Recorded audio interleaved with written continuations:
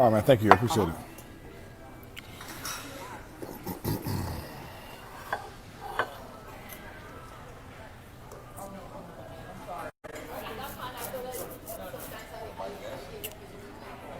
Excuse me. Can I have another fork, please? My fork is gone.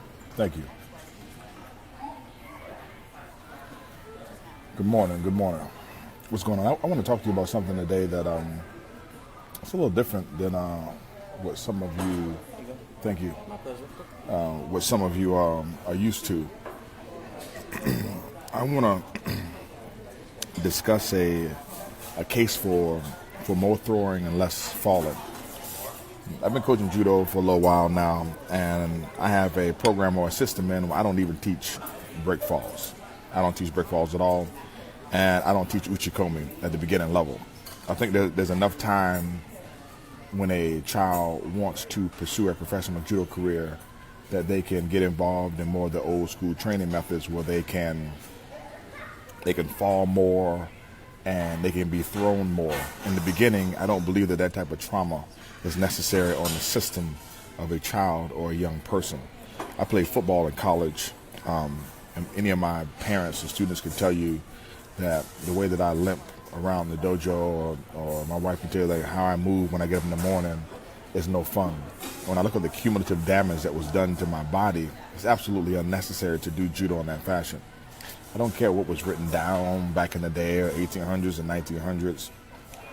We're more intelligent now. We don't even play football the same way we play football. We don't line up and do a bunch of Oklahoma drills or the Nutcracker drill or things like that because we know more about trauma, we know more about the body, and we know more about the accumulation of contact and hits. And because we know that, and because we look at the acquisition of expertise and the things that have been studied in the realm of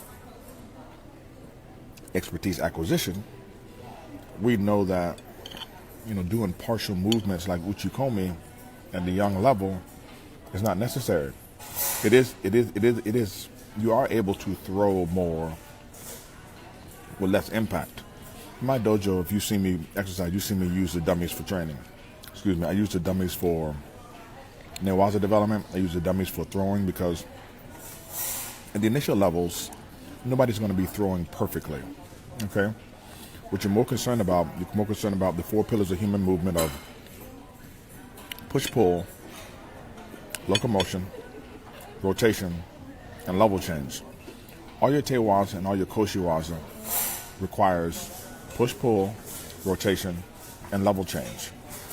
At the core basic levels in terms of human movement, in terms of athletic development, you want to train the rotation, the push-pull, and the level change.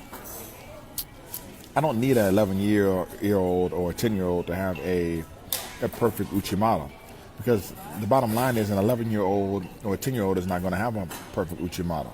They can give me a perfect surikomigoshi, and they can't give me a perfect ogoshi, and they can't give me a perfect ukigoshi, but there's absolutely no reason to bang a kid's head against the wall. If you look at the research, even the current day research, concussions occur in children, I think it's anywhere between 44 to 46% of the time in terms of U.S. sports, by falling. I think it's 20% by projectiles, which means if you can limit the falling, you can limit the overall trauma that the child experiences. There's enough time if an athlete becomes good and they want to learn how to do judo at the elite level, where they have to train in what we call the old school training method. Yes. You get to a point where there's no way around doing all those falls and all those throws. But remember, it's cumulative. If I can knock off 70% or 60% of all the cumulative trauma that a person is experiencing, I can end up adding to their career on the back end. So when you see me do newaza, or you see me promote newaza excellence, it's not that I don't believe in throwing, because I do throw. My kids throw. They throw the dummy more than they throw people. And if you come to my dojo, any of my parents can comment on here. Even my man Salo, who is watching, we rarely do randori. We rarely fight in my place. We don't fight. We drill. We do situationals, pushing people out of bounds, throwing at the last second. A lot of Newaza drills at the last second. There's absolutely no reason to create that amount of trauma on people. So let me tell you what I do. When you walk in my dojo on day one, you're learning how to do an arm bar. I don't care if you're 4 years old, 3 years old, 6 years old, 20 years old. You learn how to do the arm bar. I'm not throwing you on the ground. And after you learn how to do the arm bar, you're going to learn how to do Kazuri Case Katame. You're going to take the Kazuri Case Katame and move it all the way into the Juji Katame. Kazuri Case Katame, into Mune Gatame, into Ushiro Case Gatame, into Tate Shio Gatame, into Juji Gatame. And then when you get that down, then I'm going to put you on the dummy and you're going to do Ogoshi and how Ogoshi flows through all the way to Juji Gatame so that you learn the system of mat work. You'll do that. My students will tell you you will be on that for at least 2 months. Now, for 2 months, you haven't learned a break fall, you haven't learned a side fall, you haven't learned a rolling break fall, you haven't learned anything. I put absolutely zero trauma on your system, zero trauma on your arms, zero trauma on your back. The only thing that I did is I loaded you up with a light dummy, 35 pounds, progress you to 50, from 50 to 70, and then my elite athletes stole the 140 or the 90. There's absolutely no trauma that I'm putting on your system. When you hit the mat, you're rolling, you're on top of the dummy. There's no reason to take a 5, 6, 7, 8, 9, 10-year-old when they don't have perfect throws and to pair them up with somebody else who doesn't have perfect throws and to have them unloading on each other with Osoto Gari and have the back of their head hitting the ground. And you know you've seen it done at dojos and you know you watch it and some of you have even coached it. It is the wrong thing to do. I don't care who teaches you to do Osoto Gari first. I don't care what came out of the standard canon of judo. I am not concerned. What we know now as scientists and what we know now as coaches and what we know now as researchers should change the way that we do judo. We don't even do break falls in my dojo. You will go over break falls after you've been there for maybe a year. That's it. There's no 20, 30 minutes of kiai, 10 minutes of break fall. There's none of that stuff. You come in and you learn human movement, transformation, rotation. These are the things you need to learn. You learn the lessons. You learn about, in my place, you learn about physics. You learn about gravity. You learn about projectiles. You learn about range. You learn about velocity. You learn about force vectors. I mean, we teach applied physics. We teach engineering. That is what we teach in my place. I am not for abusing people. Are there times when things get abusive? Yes. Yes. Yeah. Within reason. I have an elite athlete, Hannah Wagner.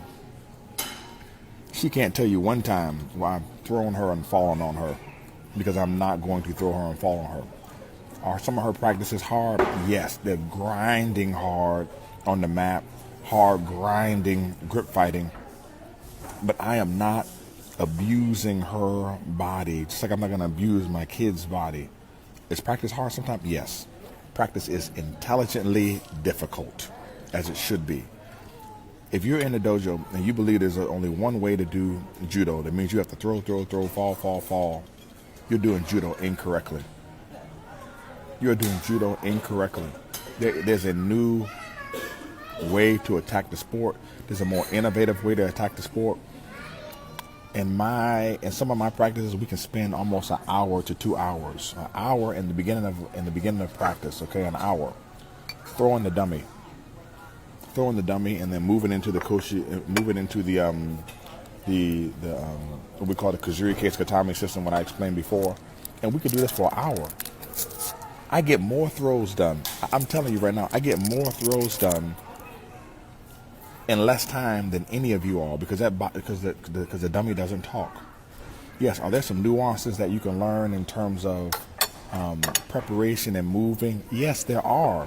But at the beginning levels, you don't need that. What I'm talking about is the minimization of trauma through the overall life of the athlete, which means if I'm starting at that particular level, I'm minimizing the trauma. There's absolutely no reason for me to grab a kid at the age of 6 and say, hey, let me prepare you for a concussion. Let me tell you something. You are going to get a concussion in judo. If you do judo at the international level, sooner or later, you're going to get a concussion. If you play football at the collegiate level, high school level, you're going to get a concussion. If you play football at the NFL level, if you're training to be an Olympic level, sooner or later, you're going to hit your head. It's going to hurt.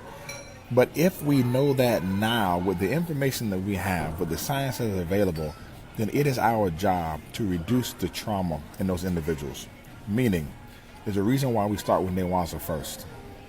We start with Newaza first to also create connectivity to the Tachiwaza, which means if I have an athlete, 6, 7, 8, 9, 10, 11, 12 years old, that athlete moves on, goes to college, decides to continue to do judo, whatever coach then gets the athlete, that particular coach can then put their Tachiwaza system in and connect into the Newaza system with no gaps. And that athlete that they're getting, that athlete has less injuries, less surgery, less trauma, and is a better overall quality product for future development. Yeah, man, it's cool. It's cool to bang an athlete, bang them to just death, bang them to death, and make them good early. It's cool. It's cool.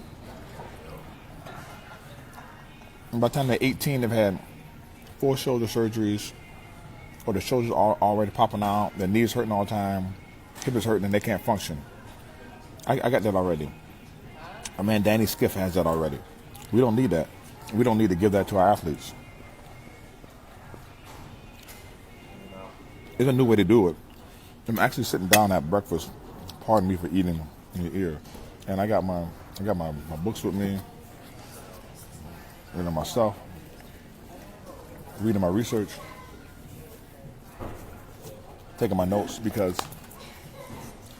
I'm getting ready to write a few papers on this. And papers don't make people any money. I'm not about making any money from this. This is about changing the way, changing our sport for the better, and making sure people can be in our sport for a long period of time. Yeah, I feel it too every morning, Danny. Like some of the things that we did. Here's the thing. Some of the things that we did were necessary. Some of the things that we did were not necessary.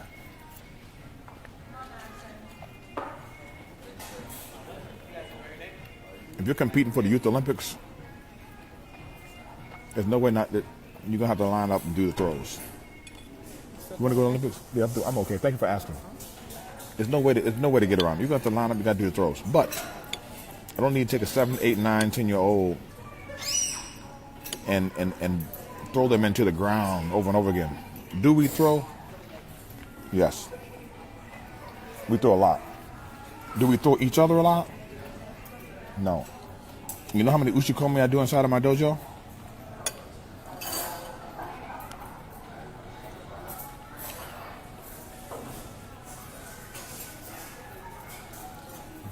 Zero.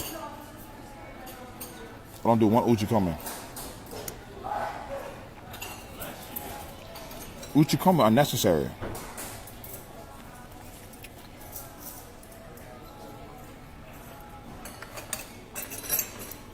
Not at the beginning stages. If you're teaching uchikomi to 6, 7, 8, 9, 10, 11, 12, 13-year-old, you're making a mistake. Because what you're doing is you're teaching a partial, repetitive movement over and over again.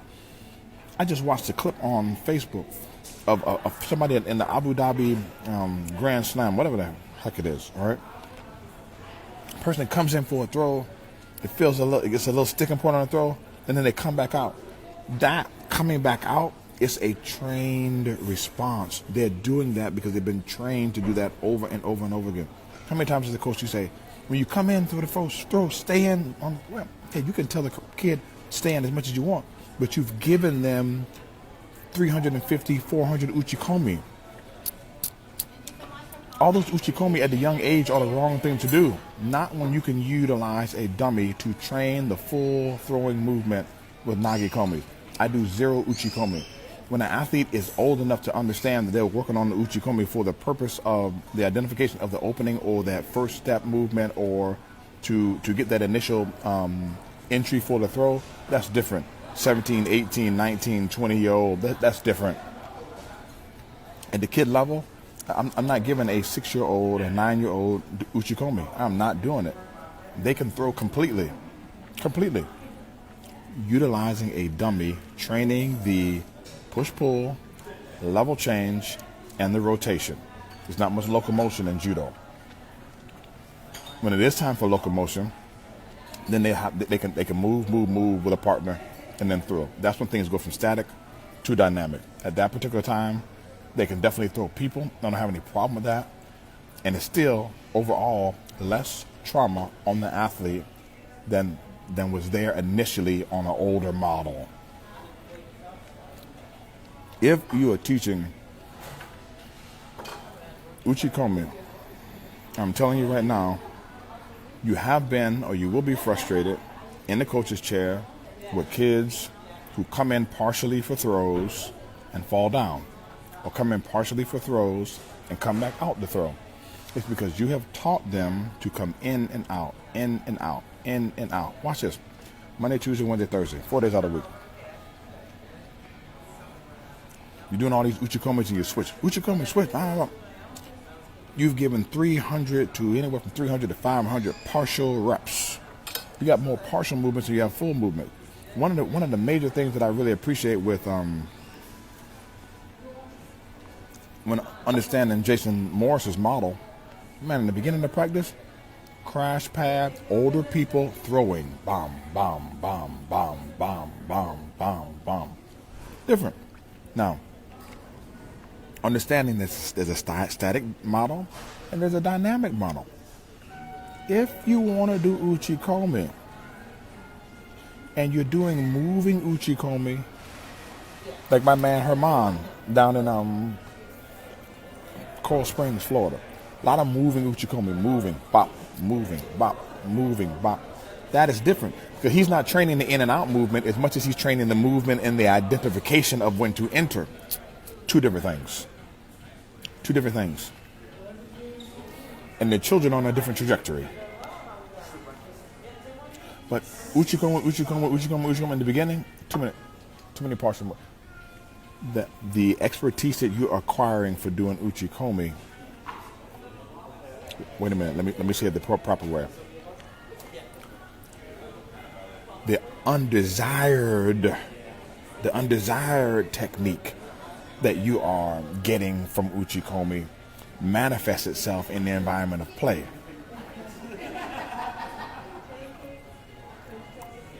Come on, you know I got the coffee, buddy. All right.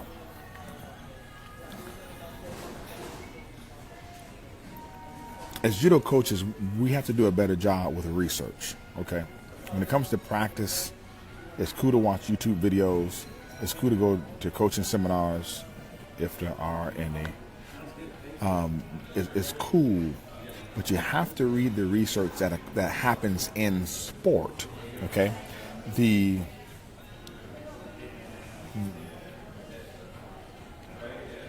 sports which are kind of pioneers in the concussion movement right now are the NFL, you have rugby, you have boxing, and you have MMA, okay? But you have to read the research on these things. You have to read the research about overall trauma, and you have to do things differently. Let me say this for most coaches. Let me make a case for you to put more dummy throwing in your curriculum, especially in the beginning. 6, 7, 8, 9, 10-year-old. To pair a 6-year-old with another 7-year-old, to have them throwing each other, for what purpose? Here's what you're doing. The amount of time that you're taking, for me, okay, I could just give you my case study. There's no coach, and there's no coach in the U.S., okay, hear me very clearly. There's no coach in the U.S. who has created more junior national champions with less people than I have. I think I have like 20 people that I've coached, maybe 20, 25. And the amount of national champions that I have with that amount of people is ridiculous. The whole family out of Mississippi, they don't even have practice partners. There's a curriculum that we have that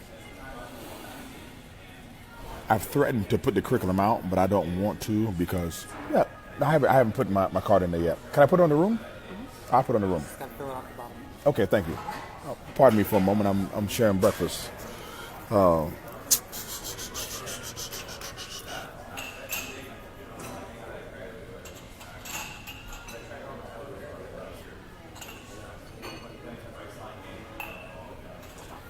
So the curriculum that I have, it requires, there's no throwing. I mean, there's no throwing of an individual. It's a junior program that creates a national champion that requires no partner. Listen to me very carefully, except for the gripping, except on the gripping side, okay? Requires no partner for throwing. It's a full program. Now, does it have its ceiling? Yes, it does. Okay. My man, I can't remember. Why am I forgetting this dude's name? So Foster out of Mississippi fought my man, Danny Rodriguez's son. Okay. I think it's Nick who he fought. Now, he went as far as he could go on that model in terms of competing against Nick. All right. But he didn't have the practice partners. He don't have the accent. He's in Mississippi. But under that model, there are many clubs that can use that model and become successful. I train my son and my daughter under the same model. I train Hannah Wagner under the same model. Hannah won damn, what the hell did she win? Forget what she won. My kids won a couple of national championships here and there. But what I'm telling you is, yes, they will have to move over. Yes, they will do more throwing. Yes, but in the beginning stages, they do not need that amount of trauma. There's a different way to do it. And if you're lining up and you got kids throwing each other with a solo guard all the time and the head snapping back on the ground, you got to find a different way. All right, that's it. I got to get back to writing, but I wanted to talk about this. I wish I could share some of these things at a brown bag luncheon at Nationals or something like that. But those things are not available right now. I do have, hold on one moment. Sorry about that. I do have coaching clinics and seminars, teleseminars and stuff like that. But you know what? I think I'm going to write this up initially, and then I'm going to, got to get some more data. Then I think I'm going to do, in about 30 days, I'm going to do a free teleseminar on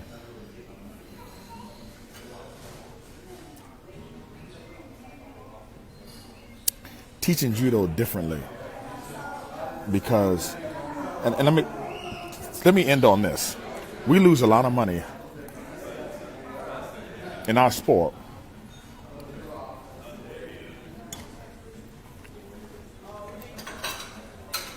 because kids leave. If you're a judo coach, you know that you've coached judo and you've watched kids cry, absolutely cry, out of fear of being thrown. Why the hell would you have somebody come and sign up and do a bunch of falls and then throw them in the first 2 months when you can put them on a dummy, teach them Keisugatami, Kazuri Keisugatami, Makura Keisugatami, Makura Kazuri Keisugatami, Tame Shiogatami, Tachi Shiogatami, Jujigatami, Rolling Jujigatami, the crab ride, the clock choke, Hadaka Jime, the bow and arrow, Kataha Jime, Okuri Iri Jime. Like, you can teach all of these things in judo, which are available to you. But you want to get a kid and bring them through the door and teach them how to yell and scream, fall to the side, and then get with another non-expert and then throw him on the ground and bang his head off the head. Why? Why? Kid comes to judo practice. He goes to school and says, "Oh man, I'm taking judo now." And he says, "What did you learn? What's he gonna do? Get in the middle of the hallway and fall on his back and slap the floor? What are you doing, man? What are you doing, man?" And you wonder why the jiu-jitsu tournaments are filled up. Because the kid goes to jiu-jitsu on day one and learns something effective. On day one, he comes to judo practice. We teach him how to break fall. Come on, man. It's a poor business model. It's a poor business model. First of all, it's not. I don't care how safe you. I don't listen. I don't care. I don't care how safe you tell me. Well, I teach fall, so it's safe. Man, people get thrown all the time.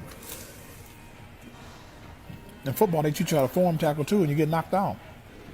Which him the good coach teach good judo.